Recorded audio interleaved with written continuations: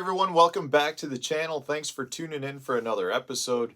I recently spent a weekend up in northern Wisconsin on a lake that was overrun with lily pads. And I mean, just full of them. No matter where you were at, it seemed like you had lily pads. Even if you were out in the middle of the lake, there were scattered pads out there. And no matter where you're at in the country right now, lily pads are probably close to their full summer growth levels. If you're up in the North Country, they're probably at the surface, maybe starting to thicken up a little bit. But generally speaking, from here on out through the rest of the year, lily pads can be a major player in terms of the productivity that you have on the water. But having said that, they can be extremely frustrating to fish as well. First off, they can be huge amounts of pads, like the lake I was on, where it almost becomes overwhelming as to even knowing where to start. But at the same time, if you choose the wrong technique, it can be very, very frustrating as to just getting your bait to come through the pads clean. So I've got a bunch of lures that I think really excel when fishing pads. And I've got some tips as to how to break down some of these really large pad fields because they are intimidating to fish. We all know that fish are using them, but they also can really be difficult to have a successful day on the water if you don't know the right baits or where to start. But before I get into the tips on lily pads, I do want to remind you, if you're looking to support the channel using the Tackle Warehouse affiliate program link, which is in the video description, to do your shopping for tackle is a great way to do it. Also, check out the lake breakdowns that I'm doing for fishthemoment.com. Really good way to point you in the right direction on one of your local lakes. That link is in the description too. All right, so how do you break down a lake with a bunch of lily pads? That's what we're going to talk about first before I get into the baits that I think you need to be using when fishing lily pads. And the first and most important thing to do is try to find any sort of irregularities in that pad field. You may have a ditch going through it. You may have a point of lily pads. You may have isolated clumps of lily pads that are out on the sides of these big pad fields. Those are all really key places to fish. What you need to do is envision a pad field as like a big weed bed. If you're fishing weed lines or a big weed flat, you're going to be looking for those irregularities. So you're looking for a point, you're looking for a ditch, you're looking for maybe places where the pads kind of spread out a little bit more and they're not as thick. Maybe you're looking for blown in floating weed that are creating mats inside of that pad field. Those are all irregularities that draw fish to them. Pads as a whole create shade. They provide really good places for the fish to go during the summer because they are shaded. But just because there's shade doesn't mean the fish are going to be there. There are almost always a secondary piece of structure within the pad field that the fish are holding on. It's kind of that logic when you're talking about fishing weeds. A lot of times the more weed species that you have come together or the more different pieces of structure increase the likelihood that fish are going to be using it. It's the exact same thing with a pad field. So if you want to break down a big pad field fast, look for anything different within it. Maybe you've got some laydowns. Maybe you've got some stumps. Maybe you've got some floating grass mats. Maybe you've got grass butting up against the weeds or against the pads. Anything like that is what you're looking for. Don't just go into a giant pad field and start fan casting, because the likelihood is you're not going to be able to break down that pad field nearly as quickly as you would be if you're looking for those key pieces of structure. So when you identify those areas that you want to fish, that's when you got to start thinking about choosing the right baits. Baits are really, really important in terms of being able to get your bait through the grass or the pads efficiently. One of the things that I highly recommend if you're fishing pads is to switch over to braided line. It doesn't really matter if you're throwing a Texas rig or a frog. Braided line will come through pads much better than fluorocarbon. And what I mean by that is not necessarily just on the retrieve, but if you get a fish on, you'll be able to get that fish back through the pads way better than you would if you were throwing fluorocarbon or monofilament. The braided line will actually saw through the pad stems and allow you the ability to get the fish to you. I also recommend switching up to a little bit stronger of a rod. So if you were normally throwing one of these baits on, say, a medium action rod or a medium heavy moderate speed rod, maybe you want to go to a medium heavy fast action rod, or even up to a heavy action rod, just because you know when you get a fish on, the likelihood is they're going to get you around some of those pad stems, and those pad stems spell trouble. So if you can't get them out of that and can't get to them soon enough, you have a good chance of losing those fish. That's just part of the game anytime you're dealing with pad stems. They're really frustrating. The other thing is, a lot of the pads will come together where you get a little opening in the pads, and that's where your line will get caught quite a few times. And the braided line will allow you to rip your bait back instead of getting stuck in those pads themselves. So it's important to be using the right equipment. I like to upsize a little bit, and I like to throw braided line.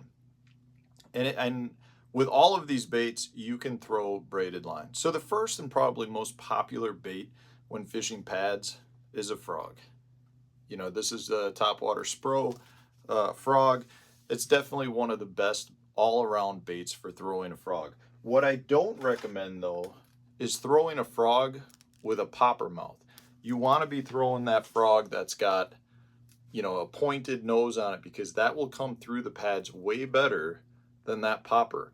The popper will grab the lips of the pads, or the sides of the pads, and therefore really prevent you from pulling the frog through smoothly.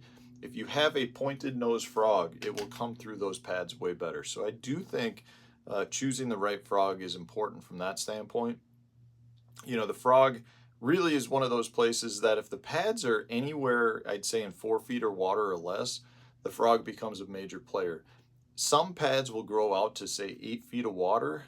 If the fish are not sitting up high under those pads, the likelihood is the frog may not be nearly as good. So you want to pay attention to depth with respect to how deep that those pads are growing. But a frog is almost always going to be one of your top baits when fishing pad fields. The next bait is also a good bait for pads and as a topwater, and that's a buzzbait. This is the Dirty Jigs Scott Canterbury Pro Buzz. This is one that I like for throwing around pads because it doesn't have a head. The weight is all internal in the body, which creates a little bit more of a compact approach and allows the bait to come through the pads better than if you've got some form of big lead head here. And the reason for that is the weight is kind of transferred back and it's not right up in the head. So if you were coming through the pads and you hit one of those pad splits, if you've got a weighted head, it tends to really catch more in the crotch of those pads because all your weight is here. With the transferred weight that comes down the shank of the hook to probably about right here, what happens is it'll hit, and then you can ride that bait up and over easier because the weight is carried back through the bait.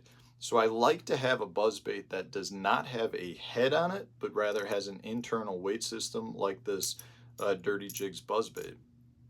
But a buzz bait is a great bait for bringing through pad fields, as long as the pads are clean. If you've got a bunch of grass that's floating up into those pads and getting caught in the pad field, which happens on a lot of lakes, at that point the buzzbait may not be the best choice because it's not going to come through that clean. And you know, if you're on a lake like Lake Gunnersville where you've got eelgrass floating, a lot of that floating eelgrass will get caught in the buzzbait. But if you have clean pads, and what I mean by that is you don't have other floating weed or scum around the pads, a buzzbait is an excellent choice. It's also really good for areas where you have sparser pad fields and you want to cover more water looking for fish. A buzzbait's a great way to generate those strikes. One of my absolute favorite things to do with this is just to go down a solid pad edge. So if you've got, say, a good point of pads, or you got a creek channel running through a pad field, a buzzbait is great to run right down the edge of those pads, assuming again that the water is clean and you don't have to worry about your blade getting caught.